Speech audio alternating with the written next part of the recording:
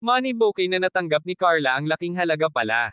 Kalingap Rob, proud kay Carla. Bago ko ipagpatuloy ang maiksing reaction video na ito, hiling ko lang na patapusin ang panunood nito para malaman ang nilalaman nito, at kung bago ka pa lang sa munting channel na ito, paki-subscribe para lagi kang updated sa video ng mga kalingap. At pakisuportahan natin ang ama ng kalingap na si Val Santos, matubang Ate Edna Vlog at si Kalingap Rob.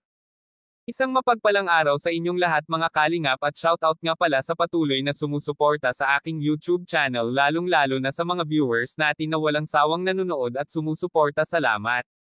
Magandang balita po ito para sa mga supporters at sponsor ni Carla. Dahil alam naman natin lahat na maraming blessings na natanggap si Carla sa kanyang 18th debut. Isa na dito na maraming cash ang nagbigay kay Carla. Pag-usapan natin kung ano ang plano na gagawin ni Carla sa mga pera na binigay sa kanya. At dito ay sigurado na bibilib si Kalingap Rob at mga sponsor sa posibleng gawin ni Carla sa pera. Mga kalingap, hindi naman lingid sa ating lahat na matalino itong si Carla at napaka-matured nito mag-isip. Kaya nga ay talaga naman honor student ito sa kanilang paaralan. Dahil magaling itong magdesisyon sa mga bagay-bagay. Kaya naman ay napakalaking tulong ang natanggap na cash ni Carla sa kanyang 18th birthday.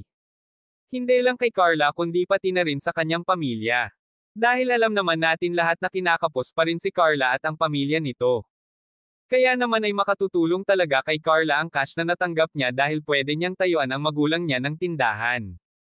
At makatutulong din ito sa kanyang pag-aaral dahil magastos talaga ang pamasahe sa araw-araw. Dahil alam naman natin lahat na napakalayo ng paaralan ni Carla. Pero isa sa pinakamabuti na gawin ni Carla ay dapat na magbukas siya ng ATM para sigurado na nakatago ang pera niya. Katulad ng ginagawa ni Dara na talagang nilagay nito sa bangko ang lahat na binibigay ni Kalingap Rob, dapat ganito din ang gawin ni Carla para balang araw ay meron silang madudukot.